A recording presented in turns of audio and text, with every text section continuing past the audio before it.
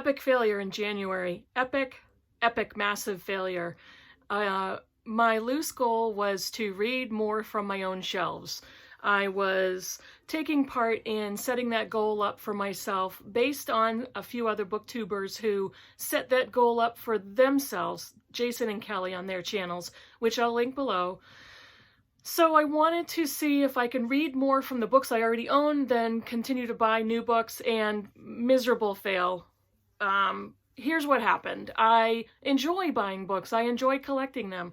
I also enjoy culling my collection of books to make room, and there are books that I want to buy during the year. So here's what I've done. I have released myself from my own goal, from my own restriction, and it removes the stress of me feeling guilty for purchasing. But what this process has done is made me much more selective in the books that I purchase. And it has caused me to pause before I actually hit the send button or I give my money over the counter to a bookseller. That's a good thing. So I'm not crazily buying books because I recognize the cover from another booktuber's channel.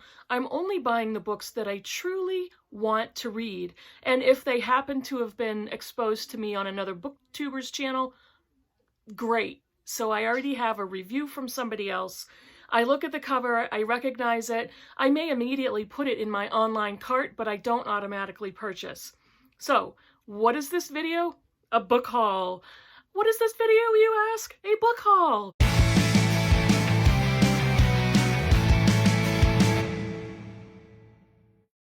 Hi BookTube, it's Kim at K. Becker's Books, and yes, this is a book haul. This particular book haul are books that I purchased online. They're mostly online. There were a couple that I purchased in person. So let's get into this. Yes, I'm going to continue to talk myself out of feeling guilty for purchasing books. And yes, going forward, I am going to purchase fewer books. And yes, in the future, I am going to spend less money. And I am somehow going to redeem my own embarrassment of canceling my goal and not feeling bad about it. So let's go from there. These particular books were purchased from Book Outlet. And the first one that I am really excited about is Kate Moss, The Burning Chambers. I have Kate Moss's Labyrinth trilogy, and I'm thinking, I didn't do a lot of research into that. I think it's a trilogy, and I have those books. So this one, as far as I understand, is a standalone. So when I do a book haul, I'm going to read a little bit of the blurb because I just can't remember all of the summaries and synopses of the pile. This says, Old Secrets Cast Long Shadows, Power and Prejudice, France, 1562. War sparks between the Catholics and Huguenots, dividing neighbors, friends, and family. Meanwhile, 19-year-old Minou Joubert receives an anonymous letter at her father's bookshop. Sealed with a distinctive family crest, it contains just 5 words. She knows that you live. Oh my goodness. Yes, this sounds so good. It is historical fiction and big, thick hardcover with deckled edges. I'm giddy with excitement. It's the small things, people. It's the small things that really make me happy. So really looking forward to reading that book. The next one I bought is Invitation to a Bonfire by Adrienne Kelt, or Selt. I'm going to go with Kelt. And again, I am a fairly lazy booktuber. I don't always put a lot of research into pronunciations. I don't typically take notes. I'm going to try to get better going forward for my own peace of mind. So this is Invitation to a Bonfire. And it says, in the 1920s, Zoya Andropova, a young refugee from the Soviet Union, finds herself in the alien landscape of an elite all-girls New Jersey boarding school. Having lost her family, her home, and her sense of purpose, Zoya must now endure the malice her peers heap on scholarship students and her new country's paranoia about Russian spies. With the arrival of visiting writer and fellow Russian emigre Leo Orlov, whose books Zoya has privately obsessed over for years, her luck seems poised to change. But the relationship that forms between them will put Zoya, Leo, and his calculating wife Vera all at risk. Again, sounds really good. Let's read the second part. Says, grappling with class distinctions, national allegiance, and ethical fidelity, not to mention the powerful magnetism of sex.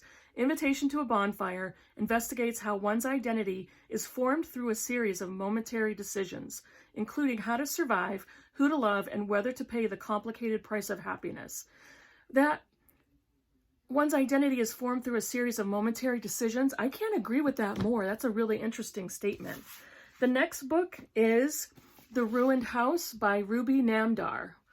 Again, a nice thick hardcover, no deckled edges. Oh well, but it's a nice thick hardcover, and I love hardcovers.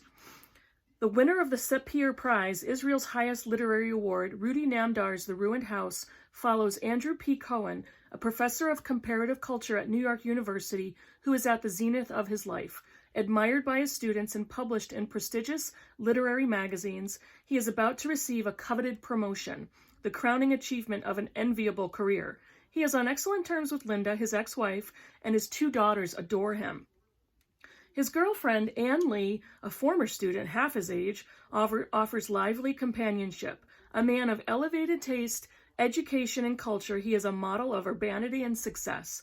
But the manicured surface of his world begins to crack when strange and inexplicable visions involving an ancient religious ritual take hold of his mind and upend his seemingly serene existence. Oh, that sounds good. The next one is The Optimistic Decade by Heather Abel. And let's see. Framed by the oil shale bust and the real estate boom, by protest against Reagan and against the Gulf War, The Optimistic Decade takes us into the lives of 5 unforgettable characters and is a sweeping novel about idealism, love, class, and a piece of land that changes everyone who lives on it. There is Caleb Silver, the beloved founder of the Back to the Land camp, Lamalo, who is determined to teach others to live simply. There are the ranchers, Don and his son Donnie, who gave up their land to Caleb and who now want it back. There is Rebecca Silver, determined to become an activist like her father, and undone by the spell of both Lamalo and new love. And there is David, a teenager who has turned Lamalo into his personal religion. And this is a pretty timely book. It was written in or published in 2018.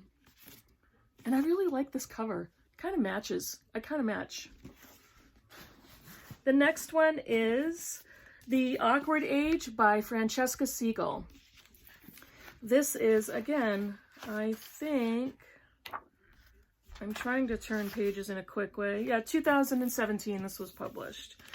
This says, Julia Alden has fallen deeply, unexpectedly in love. American obstetrician James is everything she never knew she wanted. If only her teenage daughter Gwen didn't hate him so much. Spoiled, rebellious, artistic Gwen refuses to accept her mother's new boyfriend on any terms. Even more reviled is his precocious 17-year-old son Nathan, who loves nothing more than pushing Gwen's buttons. Uniting 2 households is never easy, especially when it involves impassioned and impetuous teenagers, now living under the same roof. Still, no one predicts Gwen's ensuing attempt at sabotage, and Julia and James find themselves at the mercy of a fiery and fickle 16-year-old who will do anything to win back her mother's undivided attention. These are good. Good stuff. Let's see. The Story of H by Marina Perizagua. Perizagua. I hope that's the correct pronunciation. This one is 2018, and this is translated by Valerie Miles. Let's see. Oh, it's translated from the Spanish. It was published in Spain in 2015. This is August 6, 1945, the day the Enola Gay unleashed an atomic inferno over Hiroshima. In the wake of its devastation, 2 stories unfold. There's Jim, an American soldier who goes in search of Yoro, a child entrusted to his care who disappears after the atomic bomb falls. And there's H, a Japanese girl who is at school nearby when the bomb drops and is indelibly marked by its destruction. Both victims of the bomb, H and Jim, meet for the first time in New York years later. Their paths cross by chance, they fall in love, and together they continue Jim's search for Yoro. Okay, this word always gets me. Quixotic. A chaotic? Quixotic? Chaotic. 21st century quest to discover what makes us human. From refugee camps to the slave mines of Africa, from Brazil to Borneo, Japan to Mexico, it's also a journey that plumbs the depths and heights of cruelty and compassion, vulnerability and violence. The story of H. And the last one from my book outlet haul, let's see. No, I went past it. This one was published in 2018, and this is The Completionist by Siobhan Adcock.